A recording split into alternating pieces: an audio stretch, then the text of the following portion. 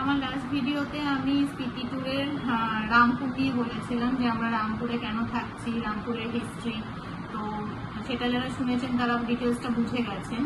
আমরা তার পরের দিন মানে নেক্সট দিনটা আমরা রামপুর থেকে সোজা সাংলা থাকবো, কারণ মাঝখানে আমরা সারাহানে আর স্টে নিচ্ছি না, কারণ আমরা রামপুরে যেহেতু ফার্স্ট টাইম স্টে করছি, সারাহানটা আমাদের কাছে অনেকটাই কাছের হয়ে যাচ্ছে। তো লাস্ট ট্যুরে আমার যেটা হয়েছিল লাস্ট ইয়ার, যে আমি নারকান্ডা থেকে যেহেতু সাংলা যাচ্ছিলাম, আমার টাইমের জন্য সারাহান মিস হয়ে গেছিলো।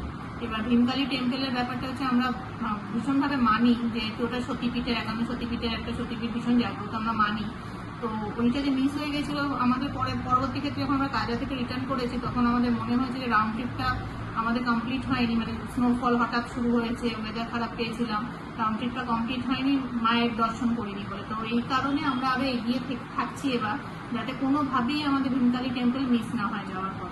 তো আমরা প্রথমে রামপুর থেকে স্টার্ট করবো, আফটার ব্রেকফাস্ট স্টার্ট করে প্রথমে আমরা সারাহান যাব, সারাহান গিয়ে ভীমকালী টেম্পল দর্শন করব। ভীমকালী টেম্পল দর্শন করার পর আমরা সাংলা যাব। অন দ্য ওয়ে তারান্দা মাতা টেম্পল আছে, যেটা ভীষণ বিখ্যাত, মানে অ্যাকচুয়ালি ওই টেম্পলে সবাই প্রণাম করে তারপরেই এগোয়। এবার এইগুলো কেন বিখ্যাত সেগুলো নিয়ে আমি আরেকটা পরে ভিডিও করব।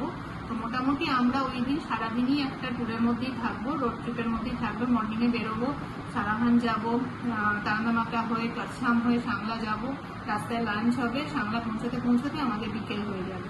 তো সাংলা পৌঁছে সেদিন রেস্ট, তারপরের দিনের গল্পটা আবার পরের ভিডিওতে বলছি।